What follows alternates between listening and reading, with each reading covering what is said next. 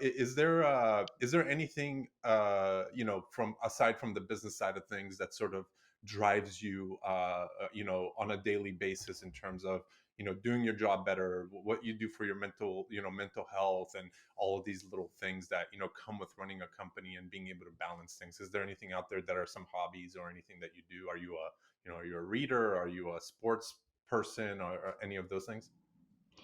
Yeah, that's a great question. I used to, and I'm trying to be again a boundary setter when it comes to work. Good. If for the past 2 years, I feel like I've been really good at it. Like I don't work after 5. I don't work on weekends. I've been really strict with those type of boundaries. But since we had to downsize to kind of be able to scale up, I realized that I've taken on a lot more. And now all of a sudden, I'm starting to work around 8 a.m. and I start to finish around 6 p.m. And then sometimes I'll check my email at 8 p.m. And sometimes I'll check it on the weekends. And I've started to lose my boundaries that I've set, that I worked so hard to set. And so now I'm trying to find that equilibrium of balance once more. I actually literally just talked to my therapist about this yesterday. And it's something that's important to me. With that said, in terms of like how do I do that, I don't, I'm not like a hobbyist. I work. The best way to put this is I had a best friend who told me it just so happens that work is your hobby, and that's an incredibly lucky and privileged place to be. But Yep. I love working, and so beyond that, like I'm not somebody that's like, oh, I do this specific activity. Although I am a big reader, I'm a speed reader though, so I only do it Yeah. when I'm on vacation. But otherwise, just trying to spend time with my partner, with our dog, trying to make time for friends. Like I'm having a dinner party tonight. Oh, nice. Just trying to not live for the weekends. That's really something I'm trying to embody, where I'm trying to do more during the week to not just like wait for the next vacation, wait for the weekend, wait until to be happy. I'm trying to find Right. happiness on a day-to-day basis. But again, like I feel like I've let that slip. And so now it's just a trying to like force myself to go back to the good habits I had built. I love it. I love it. Yeah, I think for me, I've had to make some of those changes myself over the past few years, or even past. I'd say even past few months. I would say more than anything is like just journaling and really putting things down, thoughts down on paper, and being able to get back to them, and just kind of distilling everything that's going through my head, because I have a lot of different things going on, and so sometimes it just gets to be one of these things where you have to just take a little step back, zoom out, find that little balance. Being able to take a 30-minute nap throughout the day sometimes is the best thing that I can absolutely do for myself. So, no, that's really, really awesome. Is there, I didn't see, I don't see too much of it. I guess I see a little bit, but are you doing a lot more stuff like on social media and Twitter, and like writing a lot more on there and like exposing your brand a little bit? Or is that just kind of like, more of the personal side of things? Sorry, is that for my personal stuff or for Mojo's stuff? Or For both, I guess. Are you sort of alongside building Mojo? Are you building also more of like a personal brand where you're kind of writing more gotcha. online and things? Yeah, yeah, yeah. I'm trying. I am a millennial and I find it really uncomfortable to be in front of the camera, or to like hear my voice. Like it's so uncomfortable for me. But I do understand. Like I personally love when brand founders like post about their brand. I follow them. I'm a diehard for certain brands. Like, and I love that story. So I'm trying to do that, but it just feels really uncomfortable, and you kind of have to face these insecurities that you have about like how you look, how you sound, what you're wearing. The fact I'm like, I never wear makeup, like I'm not wearing makeup now, during the day and stuff. And, but, comparing myself, I guess, to these other brand founders, especially women, I'm just like, oh man, like I wish I looked better. I wish I was, a certain size. I wish all these things. And then I start doing the thing I talk about, don't not to do in terms of weight. I keep telling myself, I'm like, oh, I'll start posting more when, I've dropped a pant size, or I'll start posting more when when I'm wearing actual concealer during the day so I don't look sleep deprived.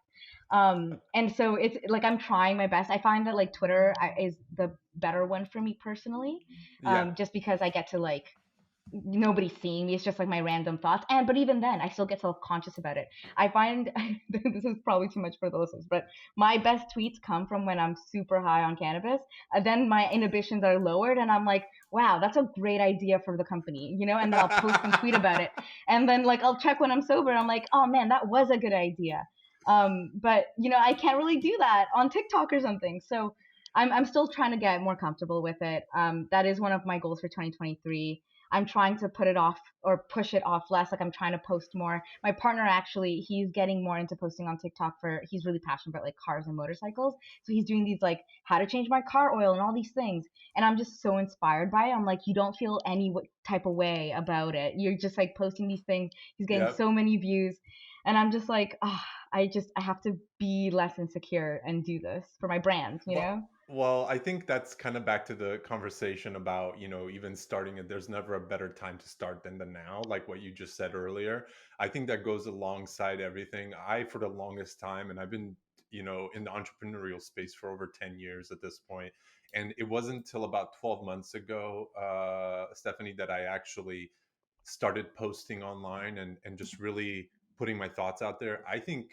I personally think just hearing your story right now and like I said, giving it some light, which I'm sure you don't need at this. You guys are growing and you're getting all the exposure that you can at this level. But I think when you start putting your thoughts on paper and you start pushing it out there, the good with the bad, the ugly, the terrible, the great, all of those things, that brings a little bit more personality not only to you and to your brand, but I think that also trickles down into your products and anything else that you're doing, and the fact that you have an actual product that people can go purchase within that same minute. I think you'll start to see a lot more organic traffic and a lot more organic purchases come through. And not that you have to do it for that, it's just the way that it happens. Obviously online you're going to post I totally agree. you know what I mean? So writing, even if before you get on the TikToks and all these other things, I would highly recommend doing as much writing as you can, even to the point where you may even start like a newsletter or whatever else it is, because there are a lot of crappy D2C founders out there that are just putting out bullshit that I know is bullshit, that are just not connected to that brand. They're just doing it for the views. And I feel like you have much more of a sincerity and a authenticity to you than most of these people.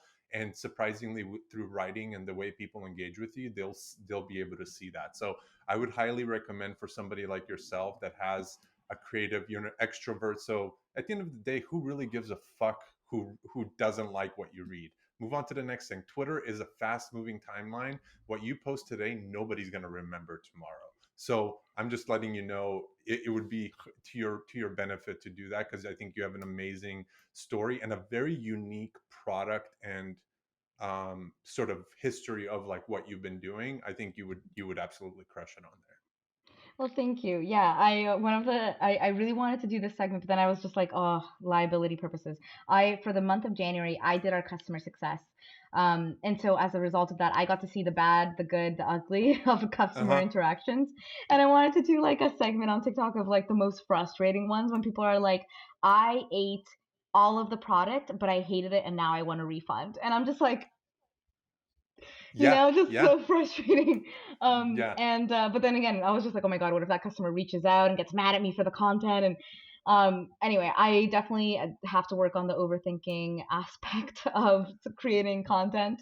But we'll see. Whoever's listening to this, see in a month or two, see where I'm at on my TikTok.